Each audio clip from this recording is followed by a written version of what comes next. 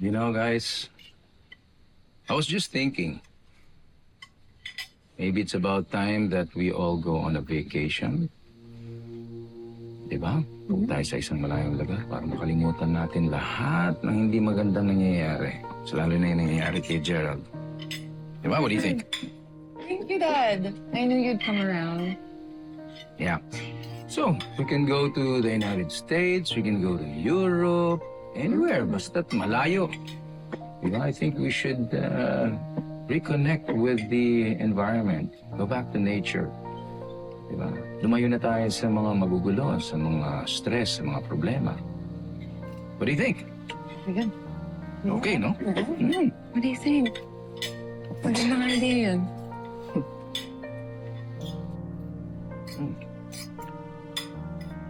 Baka, Gerald, meron ka bang hindi nagustuhan dun sa mga pinapropose ko? Inuubyot ko lang sa utak ko. Hmm. Yung mga gastos natin sa aeroplano, sa hotel, tsaka sa mga pamamasyal. Laki din ah. Sana pala pinahiram nyo na lang ako ng mga panahong nangungutang ko sa inyo. Huwag ka na mag-iisip ng ganyan. Pasalamat ka na lang. Siyempre, ginagawa natin lahat ito para sa'yo.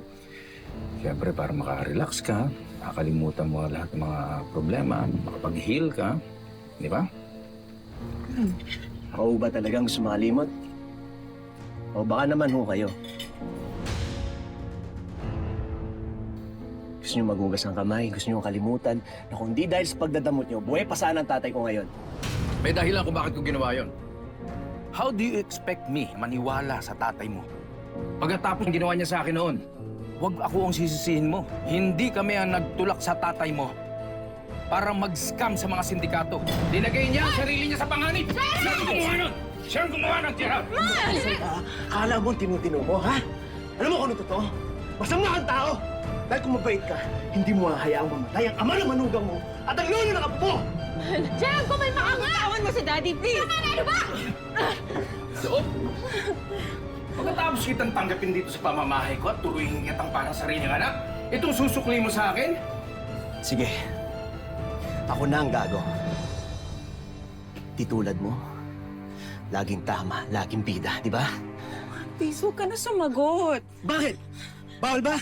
Ano pa tayo sa bahay na to, ha? Sunod-sunuran dito? Sa lahat ng sasabihin niya, ganun ba?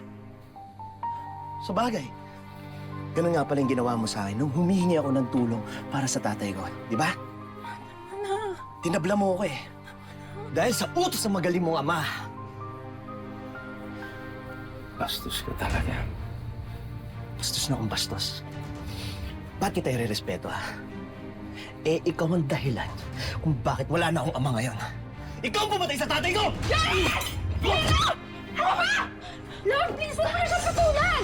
Ma, please, huwag ka na gumanti. Nagulat lang si Daddy, please! Pagpasensyaan niyo na! Please, please. Gerald, magtanda ka na sana. Ayokong maging violenteng tao, pero kung minsan, talaga natutulak na ang pasensya ko. Nananahimik ko ako. Kayo dyan ang parang nananadya eh. Pinamumuhay niyo sa akin na mas mahalaga pa itong pasyon na to kaysa sa buhay ng tatay ko. Sino ang matutuwaran, ha?